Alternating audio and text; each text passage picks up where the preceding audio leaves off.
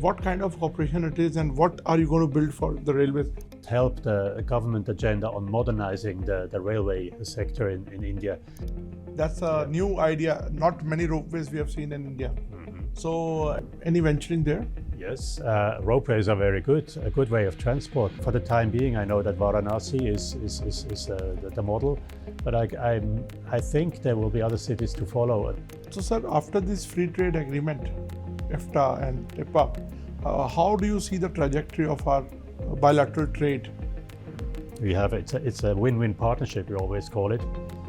India facilitates our investments, EFTA investments, and we promote them. So if we meet facilitation and promotion, we will get to new figures. Another issue, sir, which is right now a big world headache is tariff. This is a concern, obviously. Switzerland has also very high tariffs at the moment with 39%. India is a huge priority in our diversification strategy. Incumbent government is pushing in a big way the Make in India. And if they want to invest in India, then they mean also make in India and make in India for India, I could imagine, or make in India for the world. But that's certainly an intention, otherwise they would not have traveled here. Any numbers or any breakdown you can give that where do you see the trade going now? Investments, 100 billion, and jobs, 1 million over the next 15 years. In fact, Trump has once called it a dead economy. Do you agree with this, sir? Not at all, not at all. Otherwise, we would not be here. Coming along here with 30 companies is a proof that our private sector believes in this partnership. Mr. Martin, thank you so much for joining ANI today for this very important interview. Mr. Martin is in charge of policy and responsible for key economic policies. So you are here with a big delegation, I believe, and a lot of interaction is happening with the leadership here. So give us a sense, how is it going and what is the agenda of your meetings? Well, I'm here with a big delegation of Swiss mobility companies. They're all prime and stellar in what they are doing in the field of mobility. And we have been meeting this morning with the Railway Board of India, which was a highly interesting and interactive meeting. And we have this afternoon, we have speed dating, so to say, in the mobility sector with mobility companies which came along from Switzerland and interested parties in India. So can you break us down that what kind of agreements you're looking at, and are you going to be contributing, are the Swiss companies going to be contributing to railways, ropeways and tunnels and all these kind of structures here? Definitely. Well, I have to maybe start with the bigger frame. I mean, we just only entered into force our free trade agreement between EFTA and India, and Switzerland being part of EFTA, of course, being very interested. We have a objective for investments under that TEPA agreement, and we count on India to facilitate, and India counts on Switzerland to promote investments. So this visit here of these 2-3 days is inserting itself very much into that agenda. Now, concrete deals, I hope this afternoon, concrete deals will be struck between the Swiss companies here and the interested partners in India. From what I can see from the discussions we had this morning with the Railway Board, interest is big because Switzerland is big in railways and India is big in railways, of course, much bigger in terms of volume, and very interested to move on it as well. So when you say Swiss companies are going to cooperate, what kind of cooperation it is and what are you going to build for the railways? What value will you add? Well, I think first and foremost help the government agenda on modernizing the railway sector in India, because we have a lot of experience. We could take us a little bit as a laboratory. What works in Switzerland might also work here. We are also a railway. We are a railway nation as India is. Smaller, but still we are a railway nation as well. So what we would bring here is our experience in it, for instance, in rail security, signaling, crossings. If you have roads crossing railways, a lot is happening there. Lots of accidents are happening. You can automatize certain things. You can bring a lot of security in that. Rolling stock, probably too, monitoring, and in general also fine machinery, which helps, which has to be also used in the railway sector. And these are things where I think we can bring in knowledge.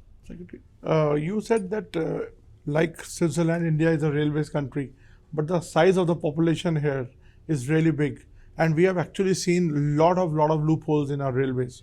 So, had Switzerland dealt with countries with big populations like India, like China? Have you worked with, what's the experience in the past with the railways?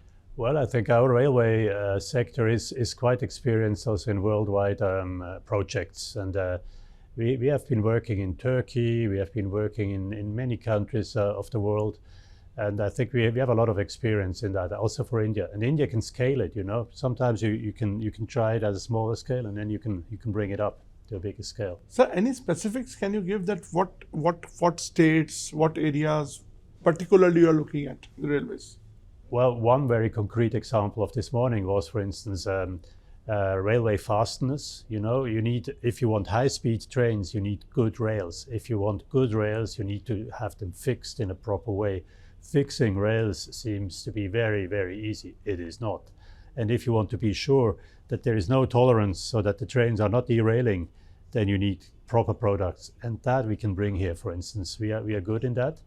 You have a lot of that in your own country as well, but I think it can be improved. It will be high end. Yes, it should be high end, because if you want high end transportation, you need high end components, including rolling stock, obviously too. But if you start from the bottom, it starts also on the rails.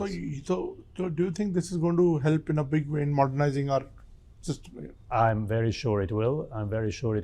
Not only these rail fasteners, that's one element, but if you talk about railway crossings, for instance, if you want to avoid casualties and accidents, etc., and a proper and secure and reliable system of warning, then you need certain automation, and you need to have certain tools in place which are not there yet. You have 17 or 18,000 crossings, for instance, in India, and the human factor. Massive accidents have been reported. Yes, and the human factor always plays a role too. I'm not saying that people are not doing the job right. But still, you can get tired, you can miss out on something, whatever. When it's too manual nowadays, it can be risky. So I think a certain automation there can help and will help for sure. So is this the first time Swiss is cooperating in this sector? No, not at all. I think there has been a long-standing cooperation in the railway sector in various fields already before. But it's also about trying to deepen that cooperation now and to go ahead. Sir, another area of infrastructure is the ropeways. That's a new idea. Not many ropeways we have seen in India. Mm-hmm. So any venturing there? Yes, ropeways are very good, a good way of transport. And you might know that in Varanasi, for instance, the Swiss company Barthollet is at the moment constructing ropeways. And we have seen that in other countries in the world. Ropeways, they are not only touristic. In Switzerland, we have ropeways for tourism. But in other countries of the world, you have ropeways for transport proper. I think a lot of people will be happy if you build ropeways in Delhi, because traffic is so bad. Yes, look, that is then up to the priorities to be set by the Delhi authorities or the Indian authorities. But I can promise you, ropeways work elsewhere, and they do a huge job. We have experience from other countries. Any other cities you're targeting? Well, for the time being, I know that Varanasi is the model. But I think there will be other cities to follow and other places. When I was researching for this interview, I also heard that a lot of tunnel technology is also your expertise. Yes. So how do you operate in that? Well, I think, again, a lot of similarities between the two countries, Switzerland and India. We have a lot of mountains, lots of hills. You have the same. And so we gained a lot of experience in drilling tunnels and drilling them well. And depending on the stone you find in a mountain, you can't quite know what you will meet. So you have to explore and to be sure what tools you will use. And on that side, we can be of a high benefit. And we have also a company with us here who is dealing with that and talking with your authorities about that. So, sir, after this free trade agreement, EFTA and TIPA, how do you see the trajectory of our bilateral trade? I'm sure that our bilateral trade will further enhance and will even grow. And I'm also very happy that it's a very comprehensive agreement, which includes also investments. And it's a win-win partnership, we always call it. India facilitates our investments, EFTA investments, and we promote them. So if we meet facilitation and promotion, we will get to new figures not seen in the past. I'm very sure that we are moving ahead. So, sir, are you seeing green shoots in private sector more or more in the government and private Swiss companies? Well, I think that there are various ways of how you can work. You know, it can be that the government can also give out a task to the private sector. I think in the railway sector, taking from our experience, you have to be probably a bit careful how much you can privatize and how much you should keep in the public hand, because it's an old infrastructure that costs a lot. But then there are within that system lots of possibilities to give packages out to the private sector and maybe to modernize certain things. And there, I think public-private partnerships come into play, which can be very promising and useful. Another issue, sir, which is right now a big world headache is tariff. What is your take on tariff, and how are you dealing with it? Because I think we have one of the highest tariffs imposed on us by the United States. So yeah, I know this is a concern. Obviously, Switzerland has also very high tariffs at the moment with 39%. That's certainly a challenge. At the same time, it's an opportunity, because what we are trying, or what we are doing and have been doing over the years, is diversifying markets. India is a huge priority in our diversification strategy, but we also go to other places, Mercosur, for instance, in Latin America, and other countries, or we modernize agreements in existence. And so the one now with India is for us a huge opportunity, first and foremost. And given our ambitions we have in it, our big ambitions, yes, but good ambitions, I'm very, very sure we have a good future. Sir, our incumbent government is pushing in a big way the Make in India. Like they want foreign companies to come and make here. So in this context, are there any talks going on in some joint development of projects here? Definitely. I mean, all these, or many of the participants of my delegation, they are here because they also want to invest in India. And if they want to invest in India, then they mean also make in India, and make in India for India, I could imagine, or make in India for the world. I don't know the strategies of each individual company, but that's certainly an intention. Otherwise, they would not have traveled here. So, sir, in the end, I would like to ask you that any numbers or any breakdown you can give, that where do you see the trade going now, and what percentage you are aiming at? Well, we do not.